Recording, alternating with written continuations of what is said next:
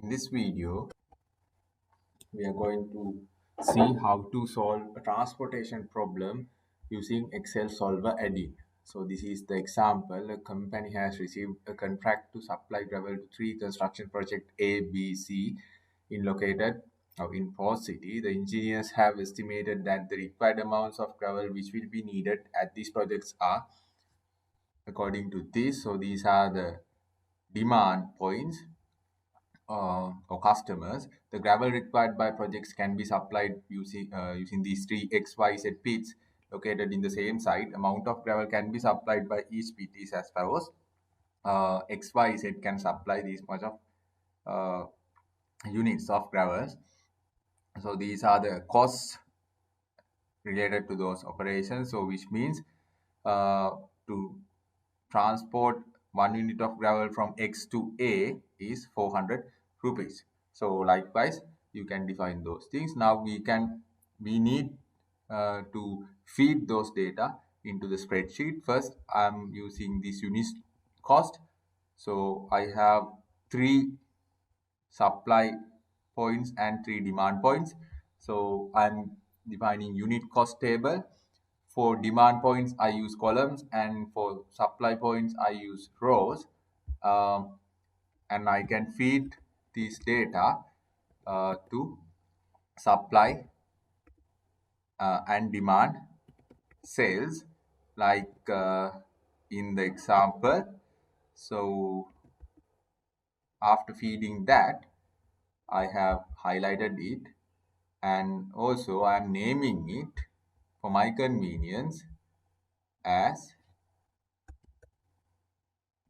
unit cost.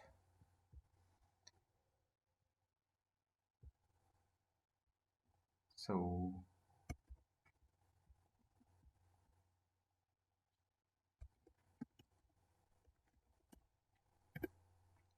and the next thing, I need to take the decision about the assignment of these routes.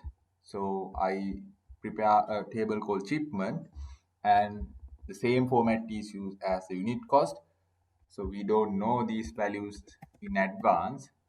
So I set those values equal to 0, because by changing these values, we can decide the logistic operation. So now I need to feed the supply uh, limits. So these are the constraint limits regarding the supply. So I feed those things here. It is 76, 82, and 77. And I'm using this total out column to compare the assignment with the supply availability. So I need the summation of these three cells to be seen in this cell, because it shows how much gravel trucks or units I have assigned to each route using this supply point. So you can see, if I assign 20 to X to A, 10 to X to B, then I have assigned 30 out of this 76 from X. So that is why I define that cell using some function to to get an idea about the calculation. Now we need to provide demand data. So in demand, we have 72, 102, and 41. And for total in, I'm using this row for the same purpose of total out, which means the summation of these three sets will be seen in here, which means it allows us to get an idea about the remaining demand or the requirement of gravel of each A, B, C projects. So here, if we assign 20 from X and 10 from Y for A. So now total 30 trucks have arrived to A, but its demand is not fulfilled yet. So that's why defining those things, because my constraints are bound with these and these. So in a transportation problem, we have constraint regarding supply and demand. That's why I define these things. So these summations are just to make sure or give an idea about the constraint type. So it is an equal type constraint. So that's why I just using this as a sign. Uh, Now we are going to optimize the total cost. So which means we have to define this total cost cell. So I'm using it as total cost. It's easy to name these ranges as well as supply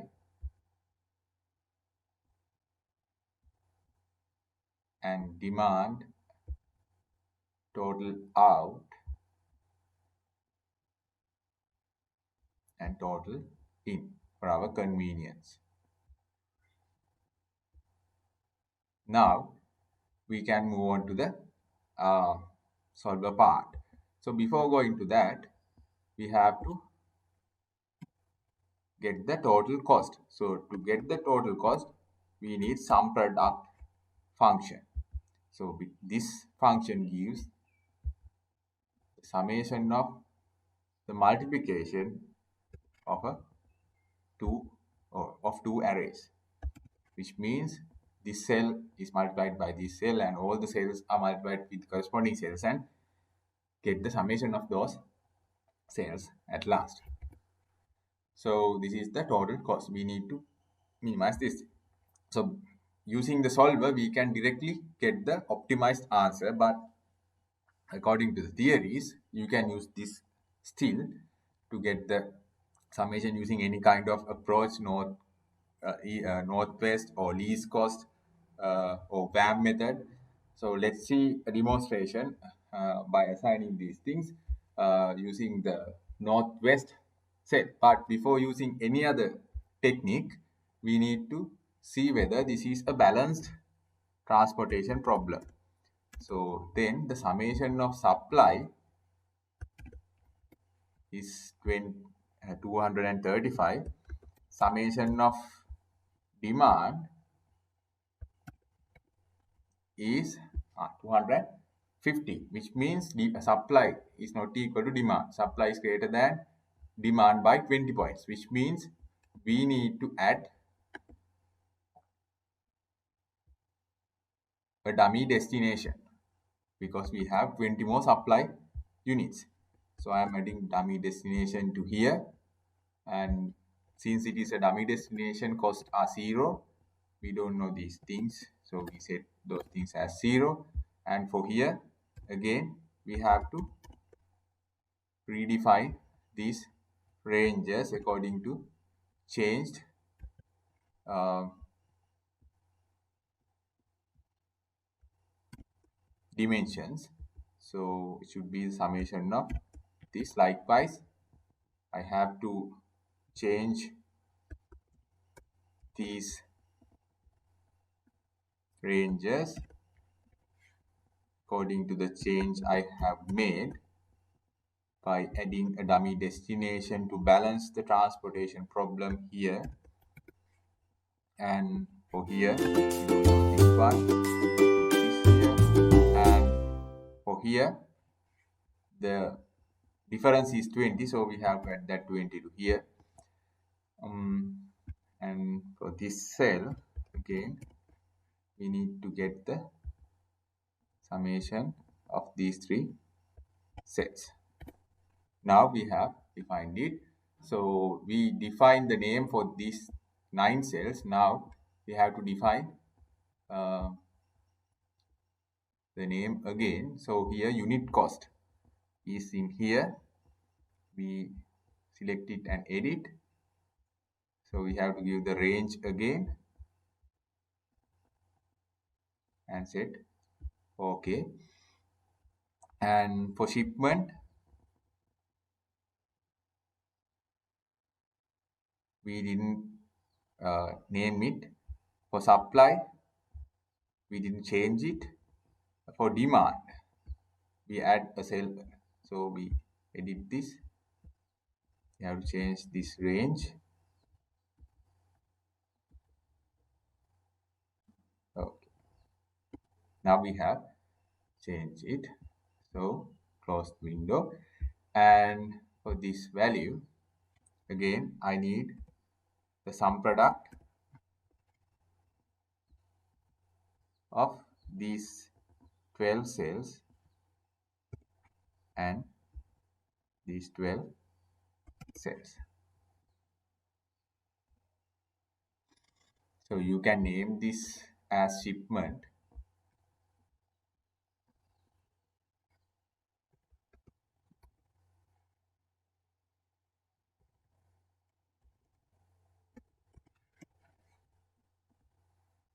Now we can use for trial and error case to get the feasible solution or the optimal one using uh, the initial feasible solution for this problem using the north west cell method. So for this is the north west cell, so we can assign 72 as minimum of 76 and 72 is 72. I apply the maximum, so this root is these two numbers are equal, so A is fulfilled. And this is the next northwest cell. Now X is exhausted, these two are equal. And for here again 82, since 82 is the minimum number, and here this X is exhausted, Y is exhausted now. uh, this is the northwest cell now, and for this root they need 16 more, so now B is fulfilled. For C I can add 41, so C is fulfilled. For this dummy at 20, now all roots are assigned and all destinations are fulfilled and all suppliers are exhausted. So this is the initial cost using that uh, northwest method. But this is not the optimal cost. Let's see how to get the optimal cost. If you, according to theory, we have to use stepping stone or MODI method to get the optimal solution. But using the solver, we can directly get the answer. So our objective is to minimize the cost. So you can set total cost here, and we have to minimize it, so we have tick it by changing the variable cells in this range. And for constraints,